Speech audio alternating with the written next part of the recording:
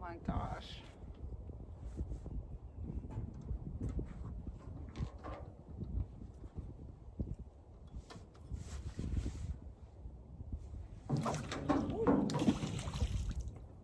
Epic fail.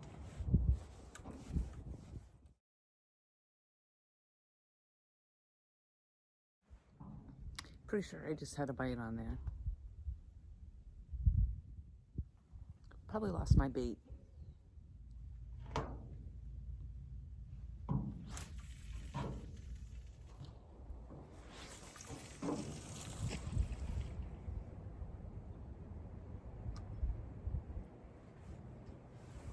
Three times the charm.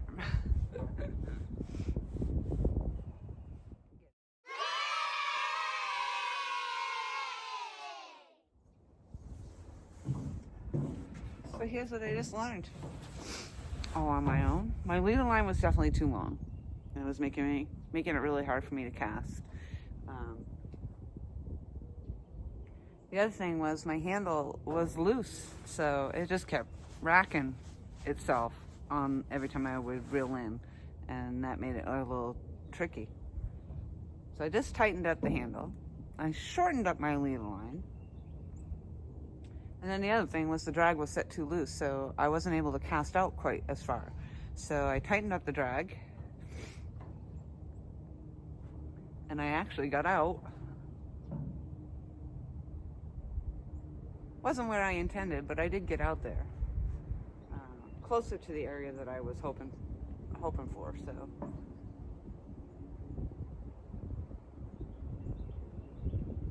when I retied the line on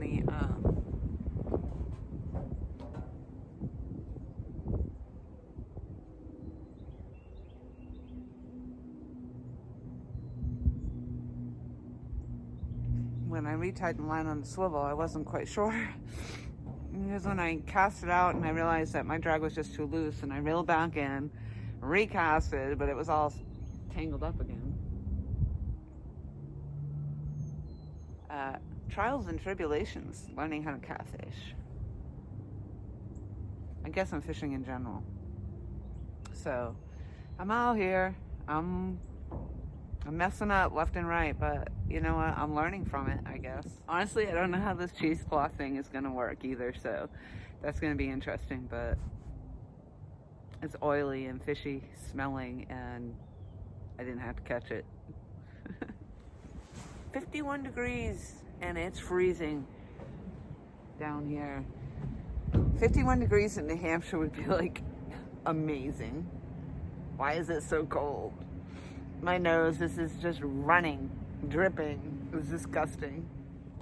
You know, I was out yesterday scoping out some spots and looking for a place that I might be able to go fishing and not have to worry about stuff, and chatting a little bit with Carolina Cat Daddy, and he brought to my attention something I wouldn't have thought about. Go worry about the animals, the snakes, the alligators, the wild hogs and whatnot, but something that you don't really consider when you're going out, and especially going by yourself, is the potential that you could injure yourself.